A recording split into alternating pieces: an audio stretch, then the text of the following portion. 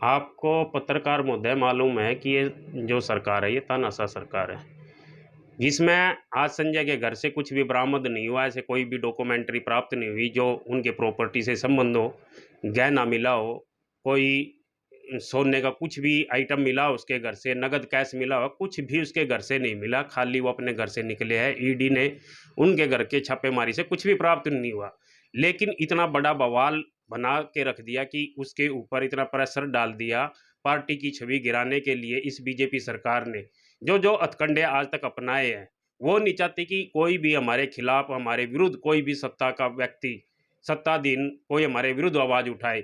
ये बीजेपी की एक सोची समझी साजिश थी, जिसके अंदर बीजेपी सरकार के इस पॉलिसी के तहत आम आदमी पार्टी ना तो कभी झुकी है, ना इनका कार्यकर्ता झुका है, ना इनका नेता झुका है।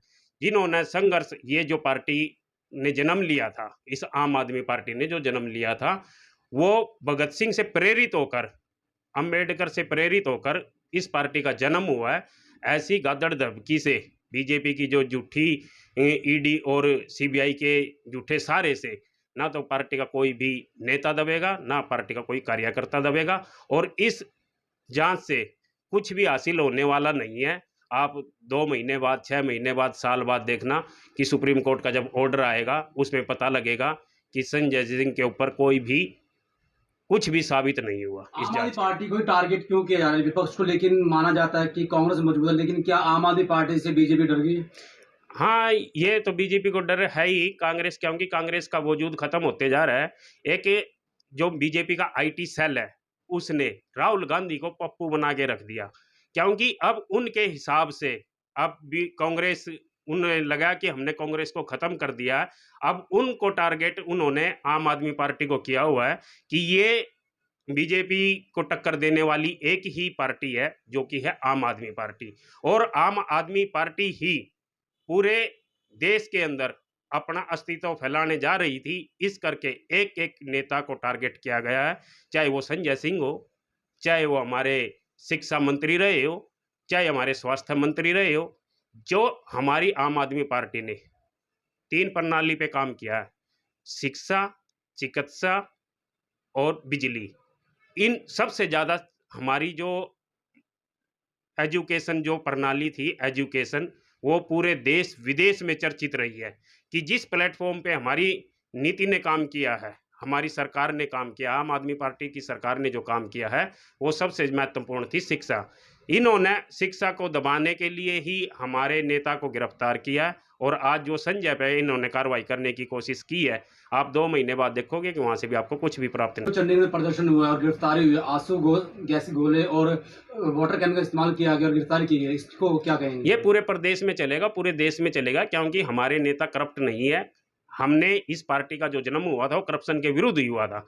हम और हमारी पार्टी, एक एक कार्यकर्ता, एक एक नेता, जो ये सत्तासीन के लोगों की दबंगाई है, इसके विरुद्ध प्रोटेस्ट करेगी, आवाज उठाएगी, और सब लोगों को जागरूक करके बताएगी कि ये बीजेपी की आईटी सेल जो ये समाज के अंदर फैला रही है कि वो सब कुछ झूठा है। और आपके सामने कुछ समय के बाद आपके सब सामने आ जाएगा। बीजेपी एक 40 करोड़ के भवन को लेकर बात के टारगेट किया है, उस पर क्या कहते हैं? हाँ, वो भी आपने सही सवाल किया है। जो सीएम हाउस को लेकर अभी एक आईटी सेल ने बहुत बड़ा हवा बना दिया कि सीएम हाउस 40 करोड़ का बना है। अरे मैं तो कहना चाहता हूँ ईडी को और सीबीआई को कि आपके बीजेपी के जो विधायक है, एक लोकल विधायक 40-40 करोड़ के बंगले में तो लोकल विधायक रहते हैं। ये तो एक सीएम हाउस बना था, और सीएम हाउस भी उसने अपने पैसे का बना हुआ है, अपनी मेहनत की कमाई से बना हुआ है। उन्होंने वेलकम किया कि सीबीआई का, ईडी का, कि आप आओ मेरे घर की जांच करो, अगर आपने वहां पे कुछ हेरा फेरी मिले, कुछ गलत मिले, तो आप मेरे खिलाफ पर्चा दर्ज करो। वेलकम है वहां के हाउस का। लेकिन मैं तो ये चाहता हूं कि ये सीबीआई और ईडी जांच जो करती है, ये मौके की सरकार के विरुद्ध क्यों नहीं करती, बीजेपी सरकार के नेताओं के विरुद्ध क्यों नहीं करती? ये हमारी मांग है कि बीजेपी सरकार में जो बड़े बड़े नेता है, दिग्गज नेता है, आप उनकी भी तो जांच करें। एक बार पता तो लगे, लोगों को भी पता लगे कि भाई आज जांच किस किस अधिकारी, किस किस नेता के घर पे हुई है। बीजेपी भी तो शामिल होनी चाहिए ना, कि आम उसमें कांग्रेस पार्टी और आम आदमी पार्टी ही क्यों शामिल कर रखी है, क्योंकि इन पार्टियों का अस्तित्व। कांग्रेस पर कभी सीबीआई और कभी आम आदमी पार्टी पर सीबीआई ईडी की रेड हो रही है, तो क्या लग रहा है आपको, किस चीज ज्यादा डर है बीजेपी को? ये तो जो अभी बीजेपी की जो ये नीतियां है ना, मैं तो ये कह रहा हूँ कि ये आज इनका समय है, आज इनका दौर है, कल किसी और का दौर आएगा। आज किसी और नेता की बारी है, कल किसी और नेता की बारी कहीं आएगी। ना कहीं घबराहट है इनके अंदर। हाँ, ये घबराहट ही तो है, ये घबराहट है, ये जांच चलती रहेगी और ये जांच अभी खत्म नहीं होगी, ये जांच आगे तक भी चलती रहेंगी। जिन करप्शन कहाँ होता है? जहाँ पे लोग सत्ता में होते हैं, जो उनके आसपास इर्द गिर्द जो लोग होते हैं, करप्शन वो लोग करते हैं, सत्ता का फायदा उठाते हैं। मैं ये कहना चाहता हूँ कि आप ऐसे ऐसे जो संजय सिंह के पास क्या है, संजय सिंह के पास एक छोटा सा मकान है, संजय सिंह के पास अपनी खुद की कोई बैंक बैलेंस नहीं है, कोई प्रॉपर्टी नहीं है, कोई मकान नहीं है, कुछ नहीं है, एक सादे साधारण घर से है। सिर्फ एक वो जुनून है उनके अंदर समाज सेवा करने का, उस समाज सेवा का आज उन्हें सजा मिल रही है।